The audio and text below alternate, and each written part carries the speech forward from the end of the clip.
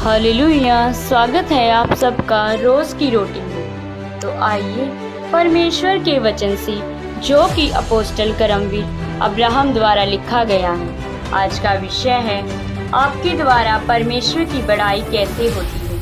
मत्ती उसका 5 अध्याय उसका 16 में, उसी प्रकार तुम्हारा उजियाला मनुष्यों के सामने चमके कि वे तुम्हारे भले कामों को देखकर तुम्हारे पिता की जो स्वर्ग में है बड़ाई करें।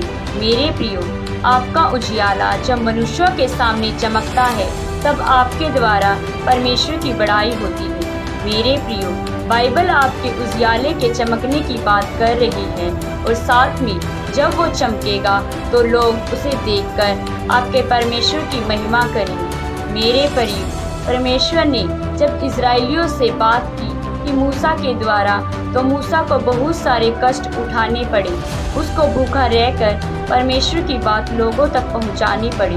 उस समय लोगों को मालूम था कि परमेश्वर से बात करना कितना भयानक है। उस समय में लोग परमेश्वर के दर्शन को पाकर अपने आप को धन्य मानते थे। वे केवल इसीलिए नहीं कि उन्होंने परमेश्वर के दर्शन को पाया, वे इसीलिए भी अपने आप को धन्य मानते थे कि वे परमेश्वर के दर्शन पाकर जीवित हैं। वैसे ही जब सारा की दासी अब्राहम द्वारा गर्भवती हुई तो दासी हाजिरा के मन में घमंड आ गया और उसने अपनी मालकिन सारा को कुछ नजरों से देखने लगी और सारा ने हाजिरा को अपने घर से बाहर निकलवा दिया और हाजिरा भटक रही है जंगलों में और मरने पर है।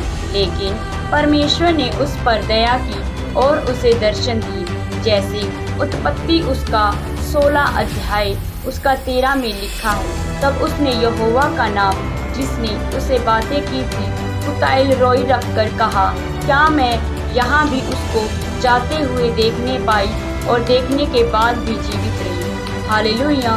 मेरे प्रियो, वचन बता रहा है कि आपसे परमेश्वर अपनी महिमा लेंगे, लेकिन ये इतना आसान नहीं है। वचन मत्ती उसका 5 अध्याय उसका 16 में बता रहा है कि आपका उजियाला, आपकी अपनी सामर्थ, जितनी आप में शक्ति है, आपको इस्तेमाल करना होगा। अगर आप अपने जीवन से परमेश्वर की महिमा करना चाहते हैं, यानी कि आपको अपने आप को काबिल करना होगा परमेश्वर की महिमा करने के लिए। नशा छोड़कर, व्यभिचार छोड़कर, बुरे काम छोड़कर, लुचपन छोड़कर, और आपको खुद प्रयास करने होंगे एक भला व्यक्ति बनने के लिए, जिससे लोग आपकी भलाई को देखकर आपके परमेश्वर की महिमा करेंगे। लेकिन लोग ऐसा नहीं करते।